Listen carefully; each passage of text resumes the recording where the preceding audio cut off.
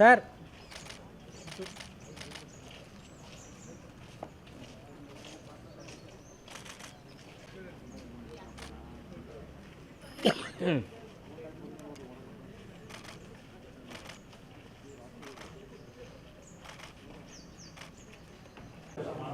ಇದು ಯಾರು ಪರಿಚಯ ಇಲ್ಲ ಅವ ಹೇಳಿದ್ದಾರೆ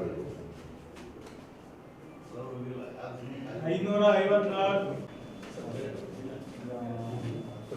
555 ನಟರಾಜ್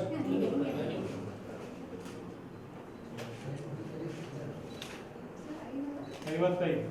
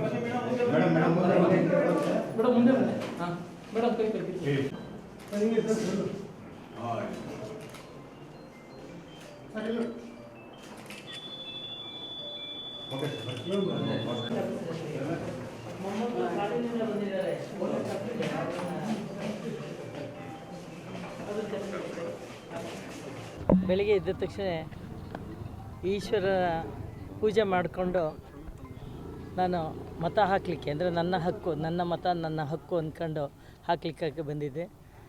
ನಾನು ಚಲಾಯಿಸಿ ಬಂದಿದ್ದೀನಿ. ಶಾಂತಿ ಸಮಾಧಾನವಾಗಿದ್ದೀನಿ. ನಾನು ನಂದೇ ಗೆಲುವು ಅಂಥೇಳಿ ಹೇಳಲಿಕ್ಕೆ ಇಚ್ಛೆ ಪಡ್ತೀನಿ. ಎಲ್ಲರ ಆಶೀರ್ವಾದ ನನ್ನ ಮೇಲಿದೆ ಅಂಥೇಳಿ ಹೇಳ್ಬೋದು.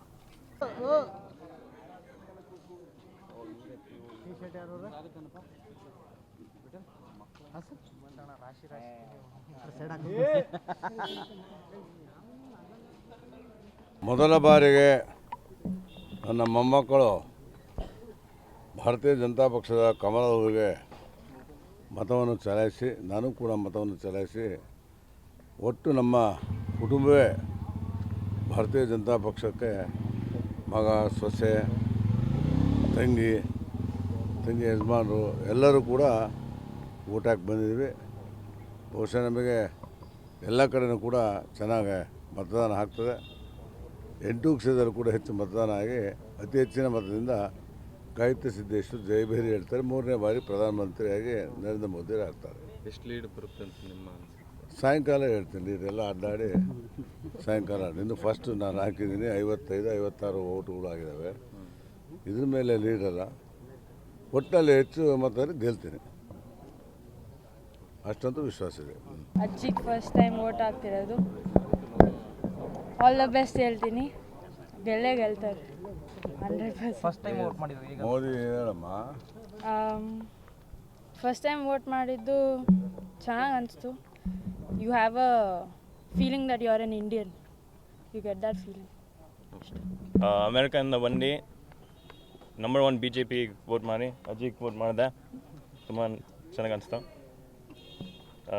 ಇಂಡಿಯನ್ ಸಿಟಿಸನ್ ಇನ್ ಡ್ಯೂಟಿ ವೋಟ್ ಮಾಡೋಕ್ಕೆ. ಪ್ರತಿಯೊಬ್ಬರು ವೋಟ್ ಮಾಡೋಕ್ಕಂತ ಹೇಳಿ ಎಲ್ಲರೂ ವೋಟ್ ಮಾಡಿರಿ. Number 1 BJP.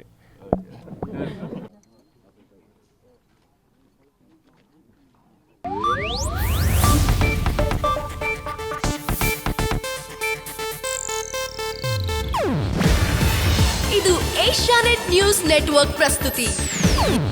ನೀವು ನೋಡ್ತಿದ್ದೀರಾ ಏಷ್ಯಾನೆಟ್ ಸುವರ್ಣ ನ್ಯೂಸ್.